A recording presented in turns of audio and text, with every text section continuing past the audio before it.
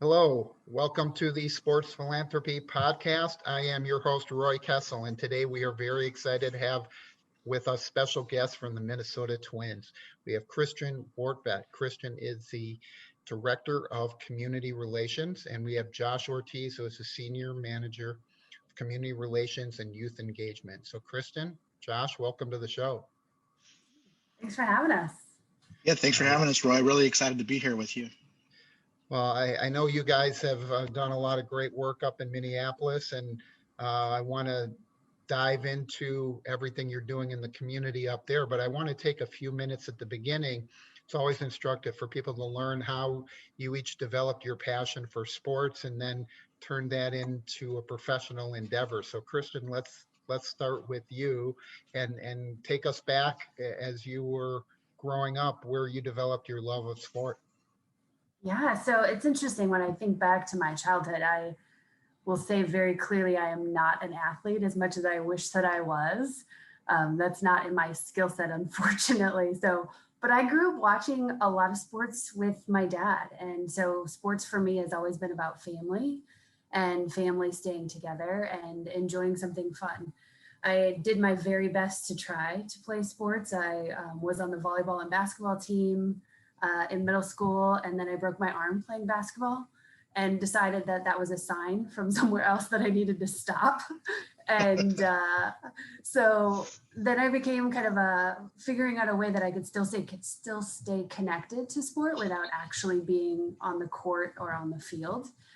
And so was involved I was a manager, I did statistician. When I went to college, I worked in the intramural office. I had part-time jobs within the athletic department. And when I was studying school, I always said I wanted to work somehow in marketing and promotion, something for a professional sports team. But to be honest, at the time, I didn't really kind of dive into searching for a job in this field because it seemed so unrealistic to me. It didn't seem like a real possibility. And so I graduated from college and kind of went down a different path. And I worked for the Girl Scouts for a number of years. I worked in community relations for a public utility company. I was the executive director for Ronald McDonald House chapter, did some work for their global organization. Much of that time was in the Southwest. I moved to New Mexico about 20 years ago and wanted an adventure that was going to be 2 or 3 years. That ended being 20 years. But it was this incredible journey of learning about community and learning about the connectedness. All of that time, I was a volunteer in sport, but it wasn't really until I decided to move back home to Minnesota that an opportunity with the Twins came available. And so my path is a little bit different than a lot of people who work in professional sports because I didn't come into this world until midway through my career. So I'm glad to be here now, though. So Kristin, you said you grew up in the Minneapolis area? I grew up in West Central Minnesota. So I grew up in a town of about 700 people, about 3 hours north of the Twin Cities. Okay, and then you referenced the work you were doing in college. Where was that at? At Moorhead State. Well, it's Minnesota State University, Moorhead now. Okay, so I think that's an important point because we get a lot of people asking how to get into the sports business world. And even though you took a different path in terms of not going straight into sports professionally after school, you were doing the right things as you were going through college. You were getting involved in the sports business and giving yourself a view of what that looked like. And you were also, through the rest of your path, laying the foundation for the skill set that you need for your current role. And that's something that I just spoke recently at the University of Michigan in their sports philanthropy class. And it's a question that comes up often of how do I get into this kind of role and what skills do I need? So let's throw it over to Josh now and hear where you started on the sports scale from your youth. Yeah. First, though, Kristin, the people of your hometown want to hear it mentioned. Where are you from? I'm from Henning, Minnesota. Proudly a Henning Hornet. Roy, if you do a little Google of Henning, Minnesota, and our sports, we've had some really inspiring stories coming out of my little town in the last couple of years. So go Hornets. That's for the people of Henning. Well, They Roy, usually I'm did pretty originally, well in the state high school hockey tournament too. I remember watching them. Basketball. We did really well in basketball recently. Go ahead, Josh. yeah. So I guess it's my turn. Sorry, Roy, I kind of stole some of your hosting duties there and asked Kristin a question, but I'm really excited to be here. This was a lot of fun for me. Take you back. Originally, I'm from a town in southeast Colorado called La Junta. It's small. I think when I was growing up, there was 10,000 population of 10,000, so dwarfed Henning. And I like Kristin said, I also was not an athlete, and I played baseball forever. So I played, I don't know, starting at whatever when people start, but 5 years old, 6 years old, or whatever, and played through high school. And I had the ability to play in college, so I was able to play in college for 4 years, which was just an amazing experience. I moved from Colorado to Minnesota to go to McAllister College here in St. Paul. And I graduated from there. Like I said, I was a baseball player there. I majored in neuroscience and psychology while I was at Mac. And then I graduated and I worked in a neuroscience research lab doing cognitive research around schizophrenia. And I loved it. It was awesome. It was very fulfilling. And then I came to a time in my life, I was probably 24, and I think I was like, I've played baseball forever. I love the game. I love what the game has to offer. I love everything around it and about it. And I was like, I'm going to take a shot. There were some internships were opening up with the Twins. I was living here. This was a place I was going to live for a long time. I knew that. And so I applied for an internship, and I got one in the ticket sales department. And I learned a lot there. I worked there for a couple of years. I learned that sales is not something I wanted to do, which I thought was a very valuable lesson to learn. But I met some great people, and I was able to parlay that into the job I have now. And, a position opened up. I was at the right place at the right time, and my skills lined up and everything. And luckily, I was able to convince some people that I was hireable. And so they hired me, and I've been in this role. This is my 15th season, and I've always had some level of work with youth and youth engagement and youth baseball and softball. So that's where that's how I got here, where I am today. And I'm just very, very happy to be in this position and continue to help young people have access to the game. I think you touched on a few really important points there. Was you talked about taking an internship in sales, even though you found out that wasn't what you wanted to do. And when we talk to young people trying to get into the business, whether sports business, sports philanthropy, I always tell them, you're going to learn a lot more from being in an organization about what you want to do than you can from the outside. So when you're inside those doors, you're going to get a chance to see other roles. You're going to get to meet other people and learn about the work that they do. And so even though sales wasn't the ultimate route for you, that let you inside behind the wall, and now you have a chance to get a feel for what you're really interested in. No doubt. I'm a huge proponent of internship opportunities. I think young people, when they have a chance to be an intern, learn so much about themselves and the industry, right? And part of it is also like learning what you're interested in, what you're not interested in. Like, you might get what you think is the dream opportunity in an internship that you think you're going to love, and 9 months later you might realize that's not what I want to do. That's important. That's an important lesson to know that, hey, maybe you should shift because maybe what you thought you liked, you really don't like. So I think that's a huge part of the internship process is learning about not only the job and the industry, but also about yourself too.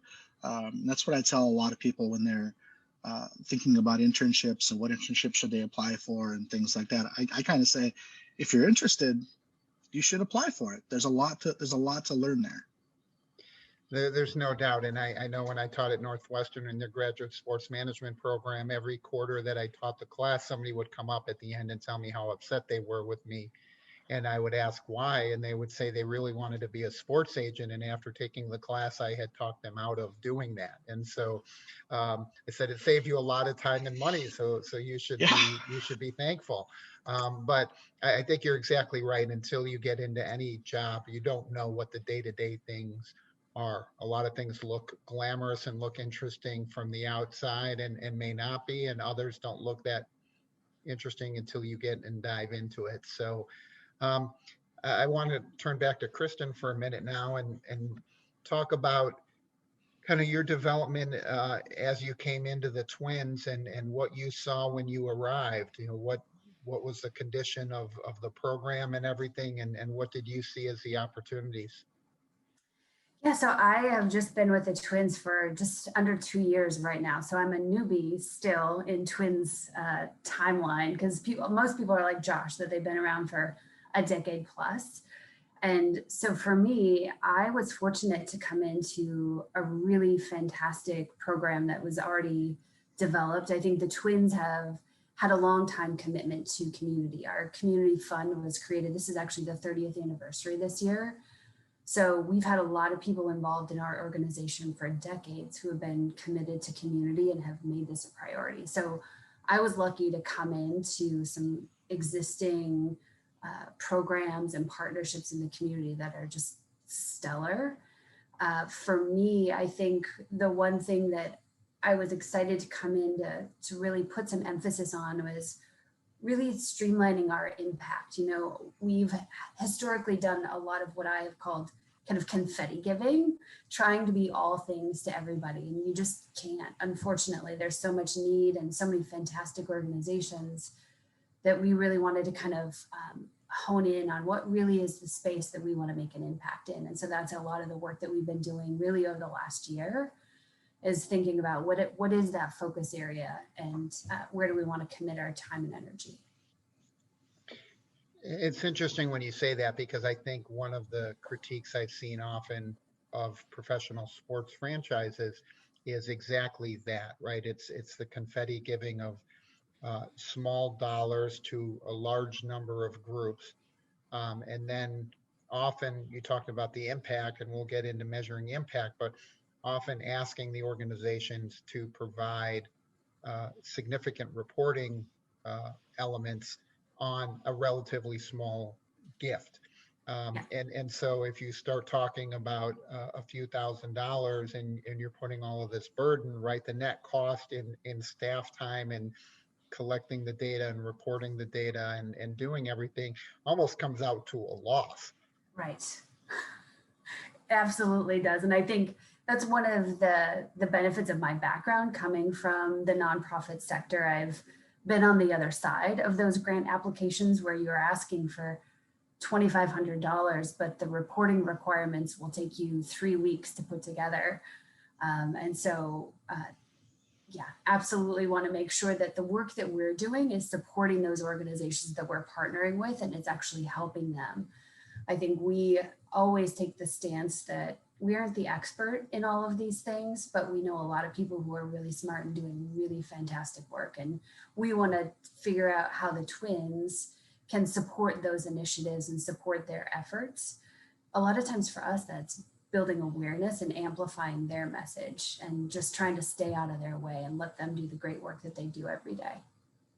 I think part of that too, Kristin, if I could add, Roy, Yeah. is not only on the reporting side, but also on the entry side. So when you have a $2,500 or $5,000 opportunity, like what kind of questions does an organization like the Twins really need to ask on the front end? Because a lot of times we might be dealing with organizations who are small, and they may not have like professional grant writers or things like that. So like what's really the information that we need, and let's just get that necessary stuff and really kind of streamline that process, so we break down some barriers of entry so that we can help these organizations who are doing great work. They're just doing it with super thin margins and limited resources. We do that with the community fund and a lot of our grants that we're able to put out into the community. We need to look at how we ask, what questions we ask, and how we make those opportunities available to people and organizations who, like I said, might be small and volunteer run,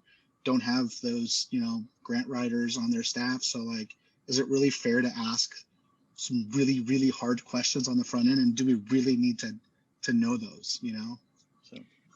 And that's always a challenge from either side, right? Because we want to make sure that people are making good use of the funds that you provide to them. So obviously we know that's important, but the tools to measure that and the burden, as Kristin said, about measuring that and evaluating it, Josh, you hit it right on the head there. You're talking about how much time is it going to take somebody to collect that, and how much does that take away from them really providing the service that they were set up to do in the first place.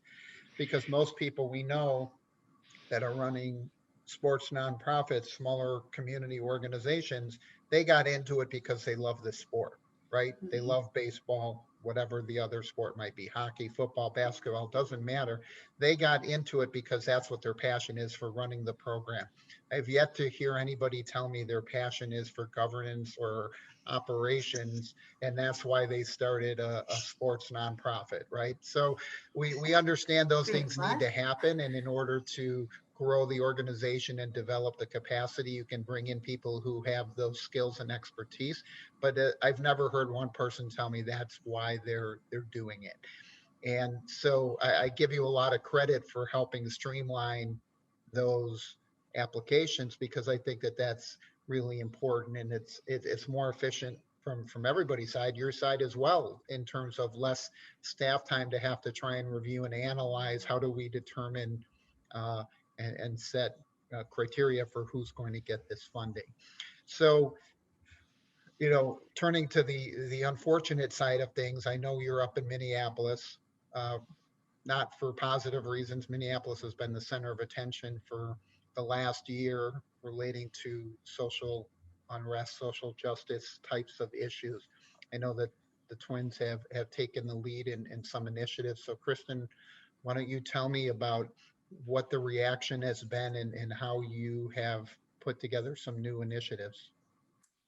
Yeah, it's certainly been a challenging year for everyone in general, just with the pandemic. And then when you have really tragic deaths just blocks away from our ballpark, it's impacted us significantly. And I think first and foremost, after the death of George Floyd, we looked internally to start with, and we have done a ton of work inside our organization. We've developed an Inclusion, Diversity, Equity, and Action Council that will help us think more about the actions that we're taking internally and how we should be reacting externally. We've had a ton of listening sessions and trying to better understand how our employees of color feel. Externally, outside of our organization, we jumped to action immediately, and we helped with some of the food drives.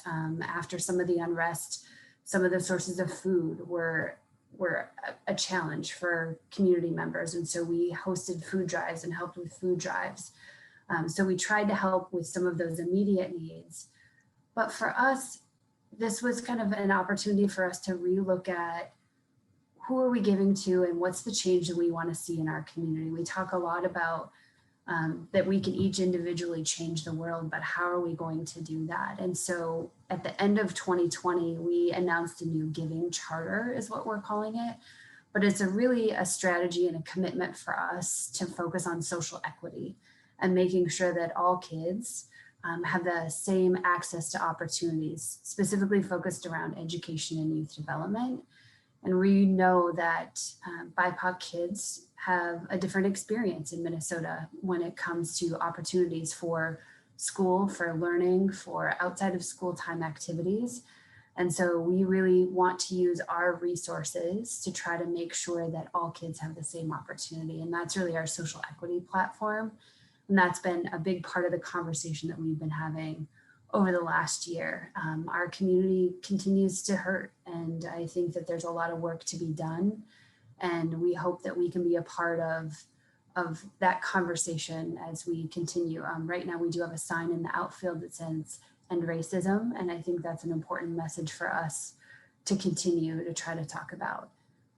I will say additionally, our players have been really thoughtful about this conversation as well. You know, they as a group have had conversations there's a new organization called the Players Alliance that's formed across Major League Baseball so that the players can also get involved and be a voice for social justice and social equity. I think it's really important when you talk about reacting and moving quickly to demonstrate that, and you talk about the social equity piece.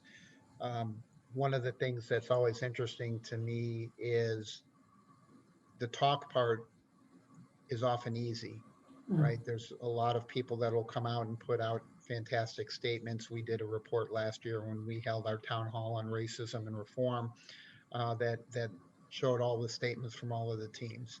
And one of the projects that we're going through this summer is to go back and review and see what the teams have really done in response to that. Did they put out a nice statement on Twitter, or Mhm. did they take action? And I want to throw it over to Josh now, because I know that's a lot of what you do with the youth engagement. So taking that initiative that Kristin just described, how did that actually get implemented? Well, we've been doing a lot of work within the social equity space for a number of years since I've been here. 15 years ago, and it's really even before that, obviously. But I don't know that we explicitly called it that or looked at it that way. But we have programs around providing access and opportunity to kids to play baseball and softball. So, Roy, I think you're familiar with the RBI program. It happens, across the league. It, was born out of Major League Baseball, and now some clubs run the program. But at its heart, for us, it's about access and opportunity. It's about bringing the game and all of the great things the game has to offer, all the lessons, all the fun, all the excitement, all those things, bring it to people who traditionally either don't know about it or just have barriers to entry, like cost, like equipment, like things like that. So we've been providing access to baseball and softball for a really long time through our partnerships with the Minneapolis Park and Recreation Board and the city of St. Paul. So in our program, any kid that wants to play in Minneapolis or St. Paul, they're playing, and we're helping them find where to play. We're helping them do it for free. We're even putting brand new gloves in the hands of kids who are registering, because that can be a barrier. So for a long time now, we've been trying to break barriers of entry for kids to play baseball and softball. And we think, I think, I'll tell you that there's so much to learn. There's so much for kids to learn in group sports or group activities during their younger years. And I think baseball and softball are just great avenues for people to learn about themselves, about other people, about being, a good teammate, about, succeeding, about failing, about being accountable, like really all those things. And so we just want every kid who wants to play to be able to play. So we've been doing that for a number of years. One program we're really excited about, it's in its real infancy here. But we are working on developing a scholars program, which is really about investing in the lives of some young people and trying to do what we can to close the opportunity gap for the people who will be in this program. So it's about a 4 or 5 year program. I think we're settling closer on 4, where we will invest in academic enrichment and opportunities for other development, like around mental health resources, around nutrition, around general health, around financial literacy, and around technology, and really trying to bring those types of opportunities to the kids in those cohorts through a number of 4 years. And then after they graduate, the plan is to then invest in their post-secondary education. And so we recognize that we'd love to do it for a really large number of kids. We're going to have to start with a smaller number because our resources are certainly not infinite. But I think some of the social unrest has led us to accelerate this program. It's been an idea of ours for a couple of years, and now really accelerating this investment in young people, trying to close some of that opportunity gap that exists.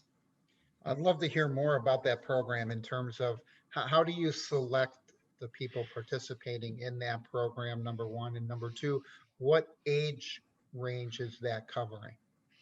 Roy, I would also like to know more about this program and know how we select those kids. So when I say infancy, it still is. We have some ideas. We've just we just brought on a consultant who was responsible for founding and building a really amazing educational not-for-profit, first beginning here in Minnesota and then growing it nationally. So he's going to be a consultant of ours, advising on how to build this. I will tell you, we're looking at kids in Minneapolis and St. Paul public and charter schools as the first eligible group for this. Kids who demonstrate financial need certainly will be a part of it. And looking for like maybe 10 kids in this kind of first cohort. Again, they'll be rising first years in high school, so after their 8th grade year, and so then we'll be with them, supporting them through 9th, 10th, 11th, and 12th grade, and then again at the end, investing in their post-secondary education or career training. And the whole idea is really about career and college readiness. That's what we want to do. We recognize that for a lot of kids in that age group, there's opportunity gap that exists, and if we can help close that, we think we'll help close the achievement gap that we talk about for those kids. Because I don't think, and I've long said this, I don't think when we talk about achievement gaps in education, I don't think they're achievement gaps. I think they're opportunity gaps, that we know when everybody's on the same page and things are equitable and everybody has the same opportunities and resources, we know kids achieve. So it's not an achievement gap, it's an opportunity gap. And I think you're hitting on key points there about those gaps, as well as the fact that you're really, as I describe it, going with the model of teaching to fish instead of just giving a fish. And so instead of just giving somebody resources for a short-term program, you're really developing the next generation of leaders. You're helping identify people and give them, as you said, the opportunity to get those leadership roles from a very early stage going into Yeah, I high think school. those are great points, and I'll let Kristin talk about how we do it with community partners. But the things that we do on like the youth engagement side and the community fund side is really built around partnership. I think you said it right. Like it's not about, it's about teaching someone to fish, not just giving them the fish. So we want to partner with people and be part of their lives, and not just give them a one-time resource and say good luck.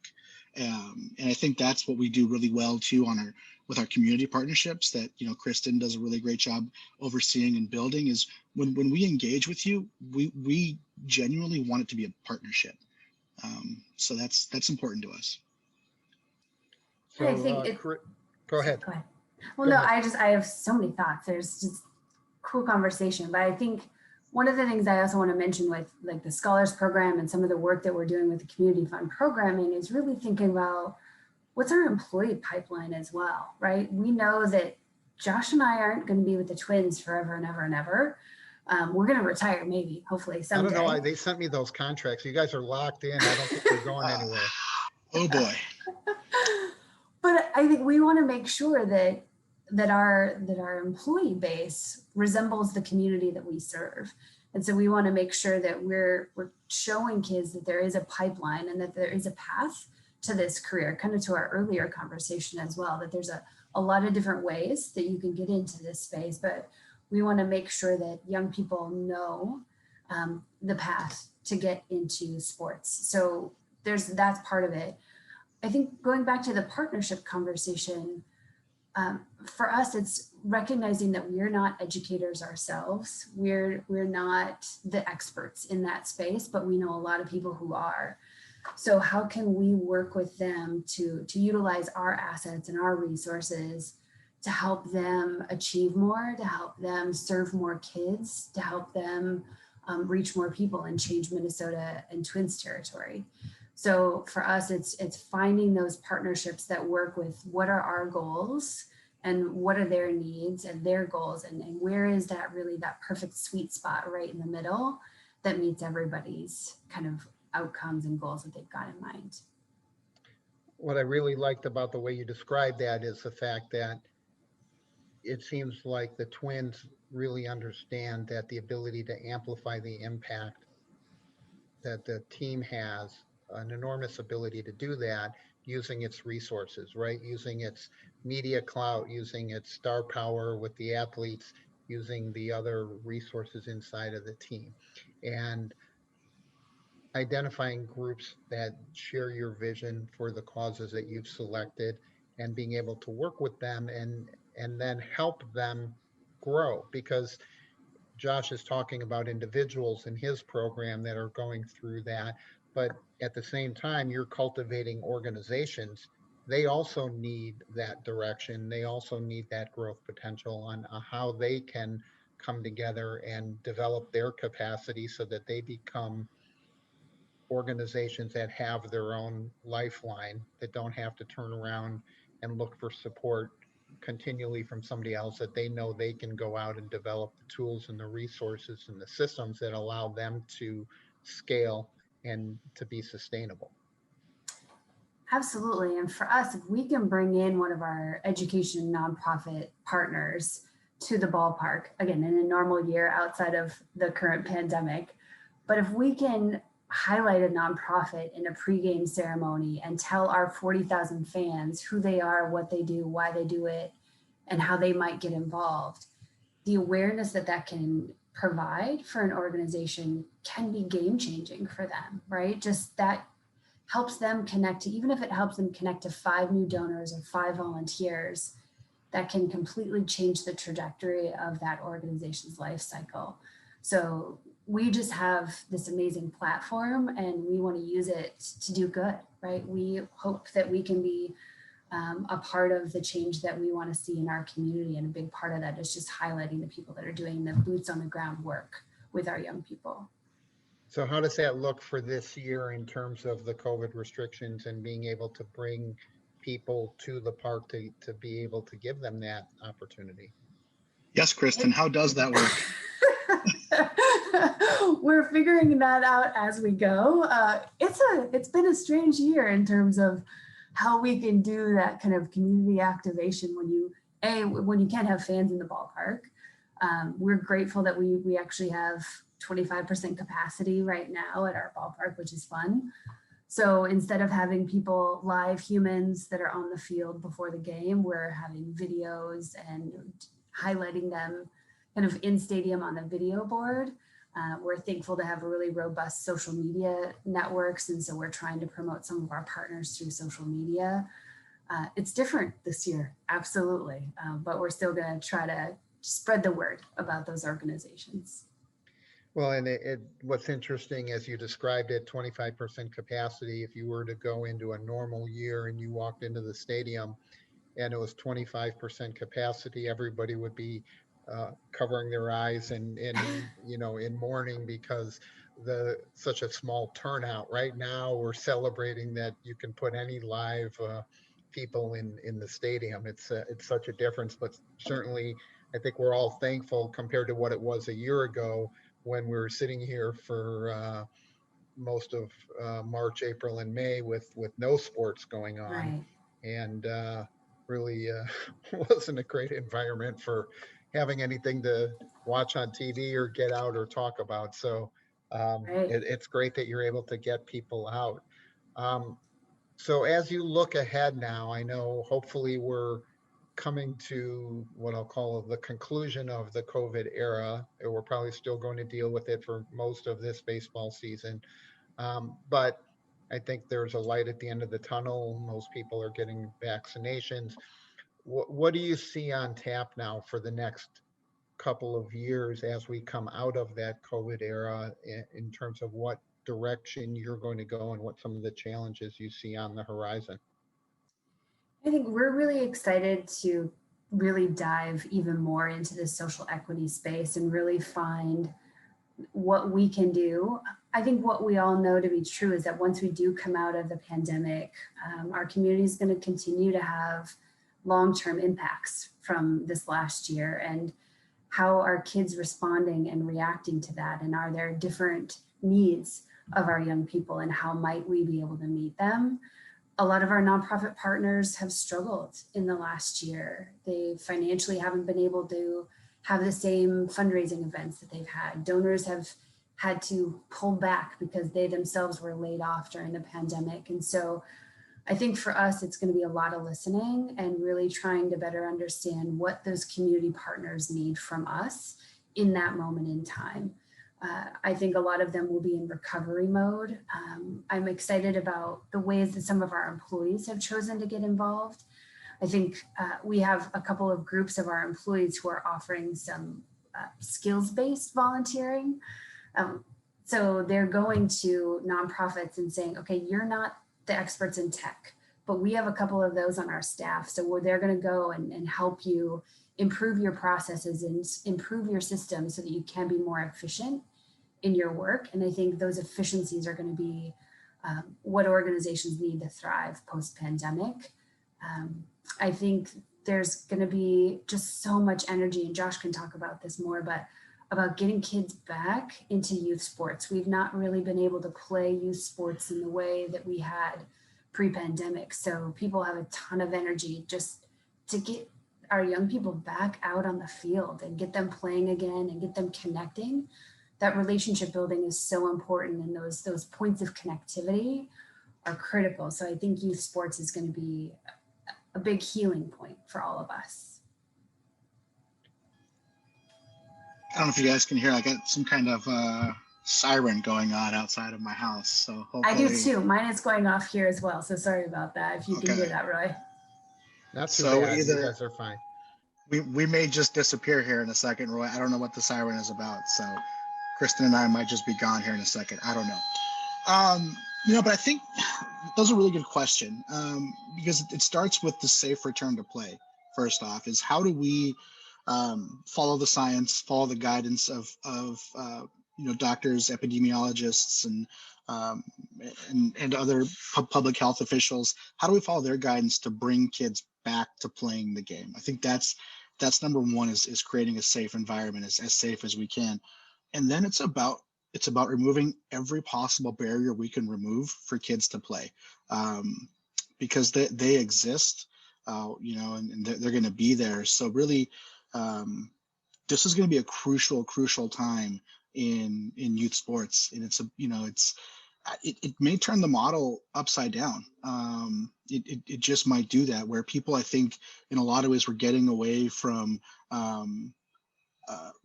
smaller cost programs or free programs and in favor of those that cost more because there's perceived value in something that costs more. We may see a shift where people just are going to get back maybe into those low cost, low risk, grassroots style programs. And so those programs have to be ready. So for example, like our free youth clinic program has to be ready to deliver on an experience that will get kids to want to come back, not only this year, but next year and the year after. So, I follow a lot of what Aspen Institute's putting out, and that's been a lot of discussion there is around, public programs, things like that, how do we open our arms to invite families back in? And then when we get them back in, how do we deliver a program that they're happy to be a part of, where they're safe, where they're thriving? That's going to be a challenge, I think. First off, just getting the kids back who were maybe fringe kids to begin with, and then losing a whole summer because of a pandemic, they're going to be hard to get back. So we're looking at how do we deploy our resources, how do we think creatively, and critically to answer some of those questions. So it's a challenge I'm excited about taking on, but it's not one without obviously risks.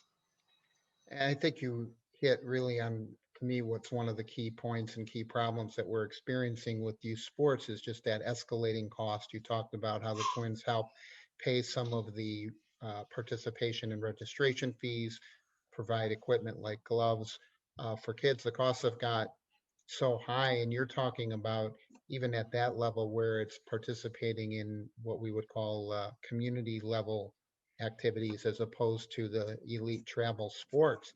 I know around Chicago, the travel hockey, it's $8,000 to $12,000 a year, and travel baseball or soccer or lacrosse are probably $3,000 to $5,000 a year. And there's many families, as you said, that can't afford a couple $100s to play in their community level sports. And we're taking sports away from so many kids that need it growing up. And You referenced Aspen, and they do a great job doing some of the research and gathering that data. And it's just clear how many kids are leaving sports at such an early age because they're basically given the message that, hey, Josh, you know what? You're in second grade, but you're just not going to be a great baseball player. So why don't you just quit now? Heartbreaking. Yeah. I played softball into my 50s, right? So it's like I didn't have to be a varsity baseball player in high school or college to be able to keep playing sports throughout my life. I still play hockey, and you go and do all kinds of sports. Why are we discouraging kids? Because as Tim Shriver from Special Olympics said, you don't see that anywhere else. You don't go up to Kristin and say, I'm sorry, your reading skills are deficient, so we're just going to stop teaching you English. Right. In second grade, by the way, because we've identified that already. And Josh, you're just not good at math, so let's just call it a day. You go spend your time somewhere else. But we're doing that with kids, and the whole concept of intramural sports has really been taken out from many of the high schools, even colleges. I know when I was at the University of Wisconsin, I was playing like two different sports every day minimum. It was like one game in the afternoon, one game at night, and then in between that I would do aerobics or pick up basketball or something else. And now I talk to my daughter and I talk to students and people that age, and you ask them about their participation, and it's few and far between. Yeah, I want to come back on this show when you do one about the rising cost of youth sports and how it's a gigantic problem.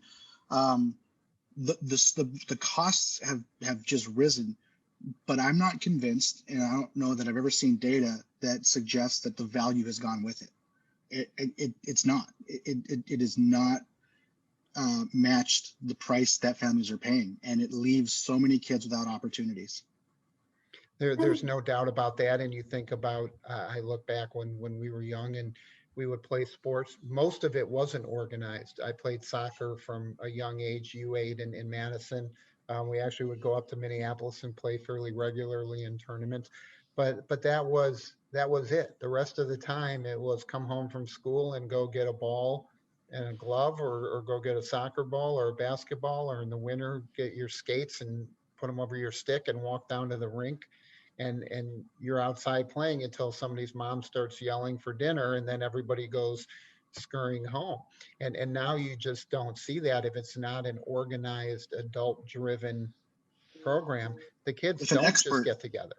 With an expert leading it. Don't forget, there has to be a baseball or softball or hockey expert or whatever who has somehow convinced people that that he or she deserves a lot of money for your kid to be in this program. So as you both look ahead now, what's the most exciting thing you see on the horizon for the work you're doing with the Twins? We'll start with Kristin. Gosh, I mean, at this moment in time, it's just getting back to whatever the new normal will be post-pandemic. I mean, I'm so excited to see kids starting to play the game again and see a full ballpark of fans so that we can share some of our community stories. I'm excited to have our players go out and participate in our glove giveaway. So that you see Max Kepler handing a glove to a kid who's going to be excited to use that glove for the next 5 years. So for me, it's just kind of getting back to some semblance of normal. But for us also to really dive more deeply into this education and youth development space and really figure out what does our nonprofit community need after this pandemic is over, and how can we be a part of the solution? Great. Yeah, what I'm excited about is the increased possibility now that organizations like the Twins and other major league clubs will look at programming through a social equity lens. That will be one of the primary filters that they use when building or altering current programming, and ask the question, how does this address social equity? How does this create impact for kids in an equitable way? That I'm hoping that's kind of a takeaway from the pandemic, as well as obviously the current social unrest, which isn't a new thing, right? We've seen it in the country for a long time that these things that they happen and it boils up. I'm hoping, and I know we've committed to doing that at the Twins, is looking at our programs and our opportunities through a social equity lens. And I'm hopeful and I'm excited that will be something that sport providers will do going forward. Now, it's not lost on me that we're recording this today on what is Jackie Robinson Day in Major League Baseball. And, we've long been a sport that is committed to diversity. And I think that, Jackie started a movement 74 years ago. And I hope that everything that's happening in the world today, I hope that we in baseball at least can continue on that path and strive for equity within our sport. Well, as we've seen, unfortunately, in this country in the last year, there's still a long way to go to deal with all of these issues. They're not going to go away quickly. And I think, hopefully the COVID issues will be long gone, but we're still going to be dealing with these social equity issues. So I commend you on making that a core initiative for what the Twins are doing. I want to congratulate both of you for the great work you're doing. Why don't you tell people how they can find more information about the work that the Twins are doing in the community? Yeah, the best is probably just to jump onto our website. So if you go to twinsbaseball.com, there's a tab for community.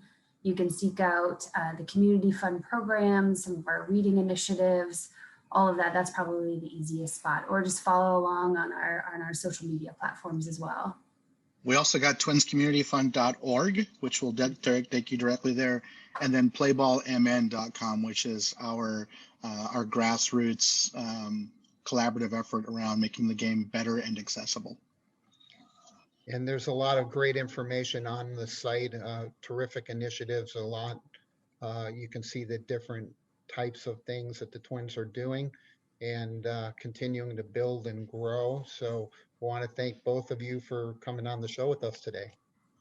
Thank you. Yeah, thanks so much. I will say this, we kind of started talking about, the path, and I'm on LinkedIn. It's just Josh Ortiz. Yeah. I love meeting new people who are interested in the industry or interested in a path there. I try to make myself available for opportunities to network with people who want to learn more about it. And I would urge the people who are listening to the podcast, who are in, maybe in college or just out of college, who are looking to get into it, is try to meet people. Try to meet people who are doing the stuff that you think you want to do. And that can be hard. It can be kind of formal, like, when you think of like informational interview. A lot of us want to hear from you. I do. So anyone listening wants to connect, I'm open.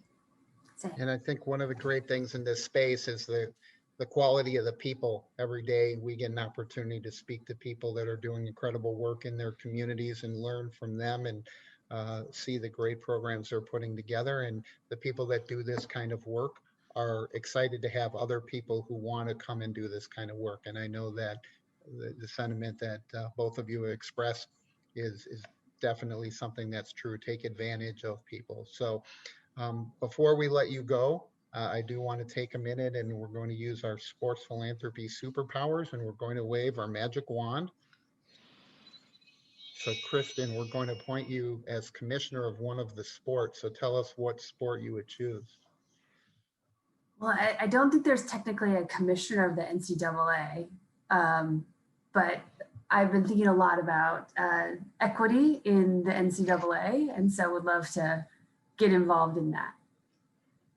So in your first task as taking over, you moved Mark Emmert out of his position as president of the NCAA. So what's your first action going to be? It's going to be all about making sure, at a minimum, making sure that we have equal weight rooms for everybody who's playing.